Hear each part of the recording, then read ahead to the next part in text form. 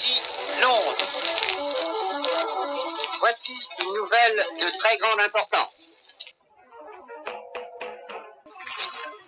Voici notre quart d'heure français de l'après-midi. Bienvenue dans cette nouvelle vidéo du vrai du faux.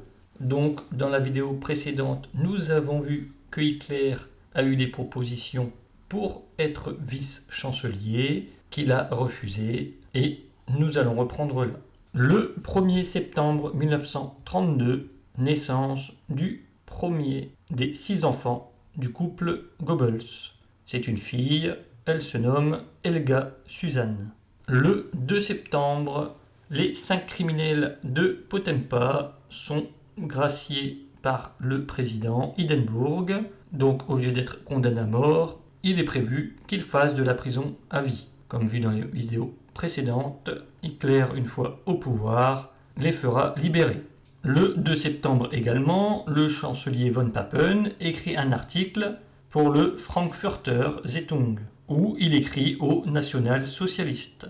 Donc je ne vais pas lire le texte, il est un peu trop long, mais il explique que l'espoir des millions de national-socialistes ne peut être dans un gouvernement autoritaire, mais bien dans un cabinet sur la base d'une coalition parlementaire. Et qu'en gros, un gouvernement totalitaire ne pourra pas résoudre les problèmes de l'Allemagne et que la situation ne s'améliorera pas. Donc certainement une tactique politique pour que les membres du NSDAP incitent Hitler à accepter d'être vice-chancelier.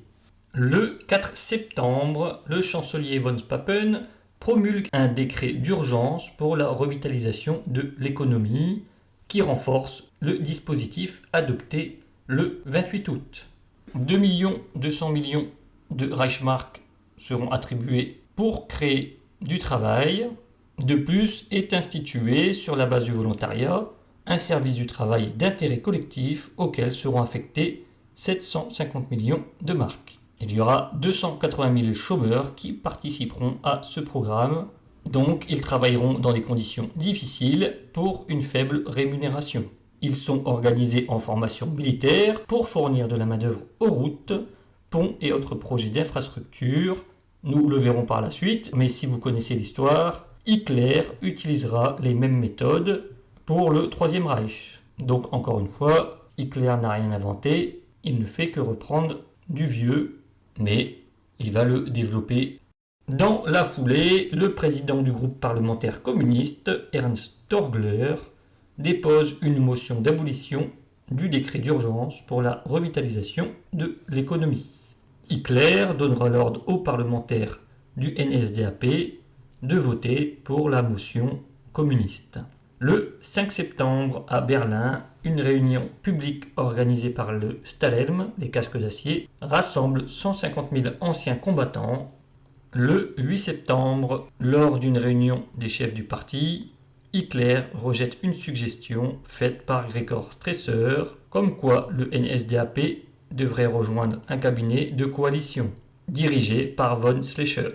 Hitler dira qu'il ne rejoindra pas un gouvernement en tant que partenaire junior, mais tiendra à tout prix la présidence. Le 12 septembre, au Reichstag, les communistes lancent leur motion et von Papen, qui est chancelier, a le droit de parole. De plus, il a d'Hindenburg le pouvoir de dissoudre le Reichstag. Et Göring, qui est le président du Reichstag, ne donnera pas la parole à von Papen et fera passer la motion des communistes. Donc cela se passe comme suit. Lorsque les députés communistes déposent une motion de censure contre le gouvernement et proposent de la mettre au vote avant même que l'on ne passe l'ordre du jour, Göring demande s'il y a des objections et il n'y en a aucune. Une interruption d'une demi-heure est alors demandée et le chancelier von Papen dira « J'avais été pris par surprise ».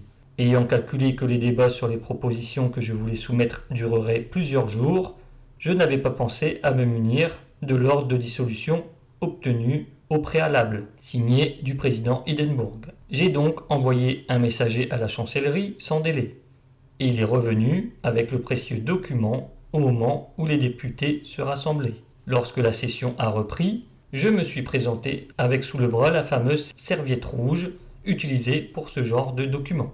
La session a dégénéré en un concert d'invectives et au milieu du tumulte, Göring a refusé de me donner la parole. Il s'est tourné ostensiblement vers le côté gauche de la chambre et a fait semblant de ne pas m'entendre. Au lieu de cela, il a crié « Puisqu'il n'y a pas eu d'objection à la proposition communiste, je vais faire procéder au vote. » Göring dira plus tard « J'ai vu qu'il avait sous le bras la serviette rouge, et je savais parfaitement ce que cela signifiait, de sorte que je me suis dépêché de faire voter les députés. » Et von Papen de poursuivre « Je n'avais plus d'autre solution que d'aller vers l'estrade présidentielle, d'abattre l'ordre de dissolution sur le bureau de Göring et de sortir du Reichstag avec les membres de mon cabinet. » Göring a poussé l'ordre de dissolution et a fait poursuivre le vote, qui a abouti à une défaite du gouvernement par 512 voix contre 42.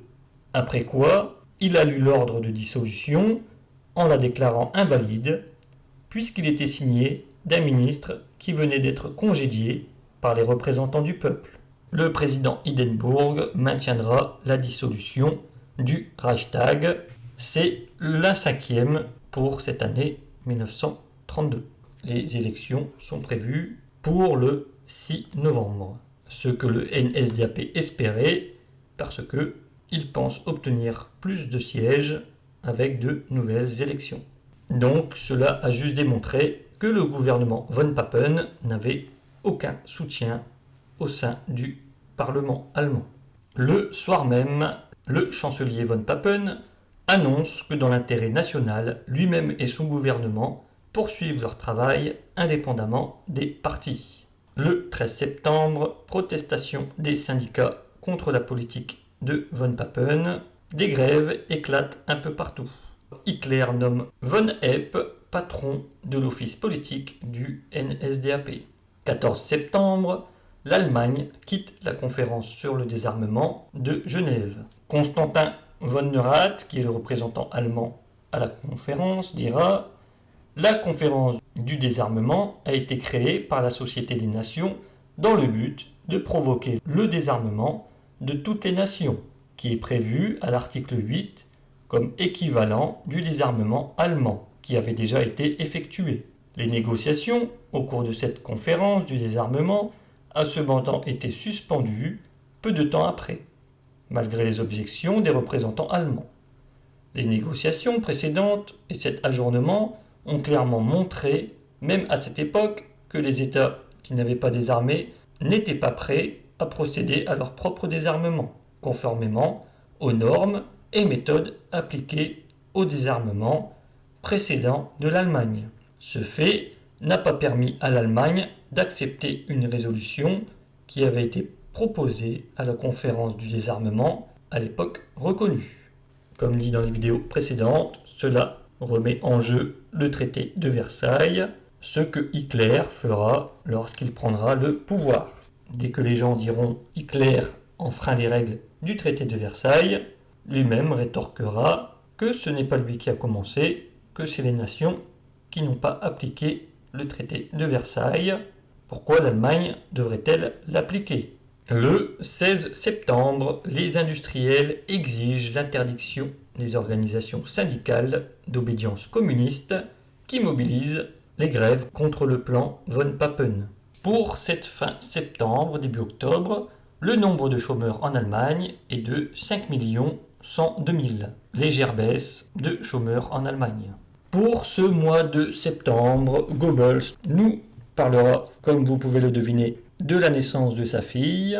Il dira « Malheureusement, ce n'est qu'une fille, mais je suis quand même heureux du fond du cœur. Elle s'appellera Helga, tout s'est parfaitement déroulé, elle était là à 14h20, Magda et l'enfant sont en bonne santé. Dieu fasse que cet enfant ne vive et ne respire que dans une Allemagne libre. Hitler était enchanté lorsque je lui ai annoncé la nouvelle, il avait toujours prédit une fille.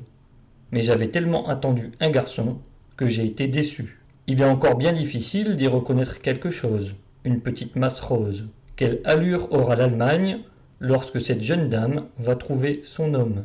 Bon, quand nous savons comment cela se finit, nous ne pouvons pas dire qu'il y aura une réponse à cette question.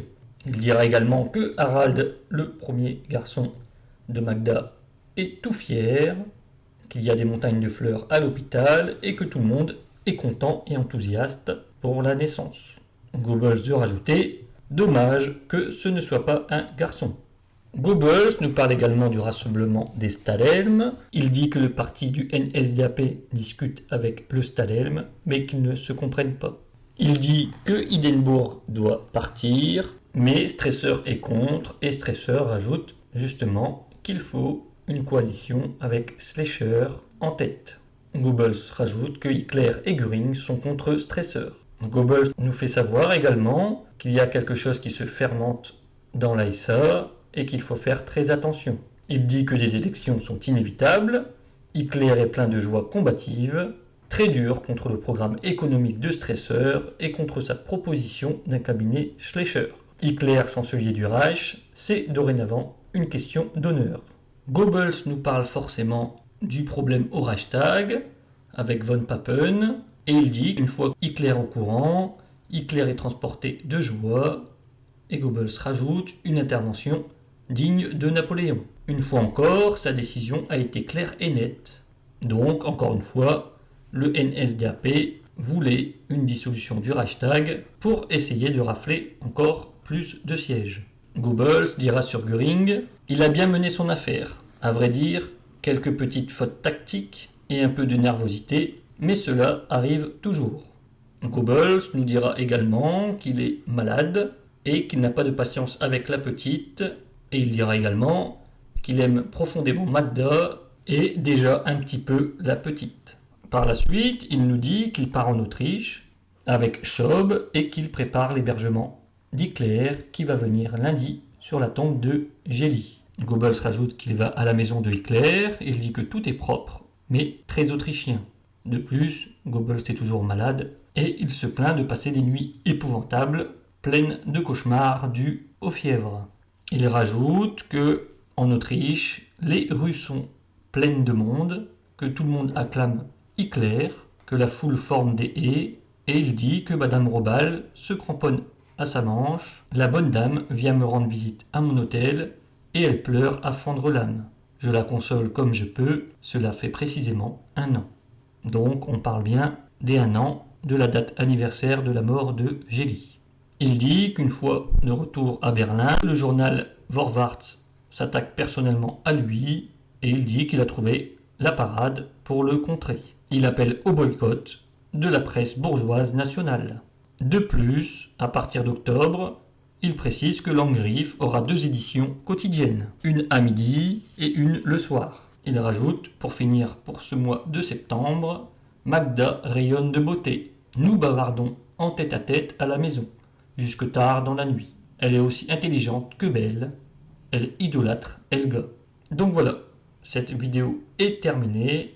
J'espère que vous avez appris des choses et je vous souhaite une bonne journée.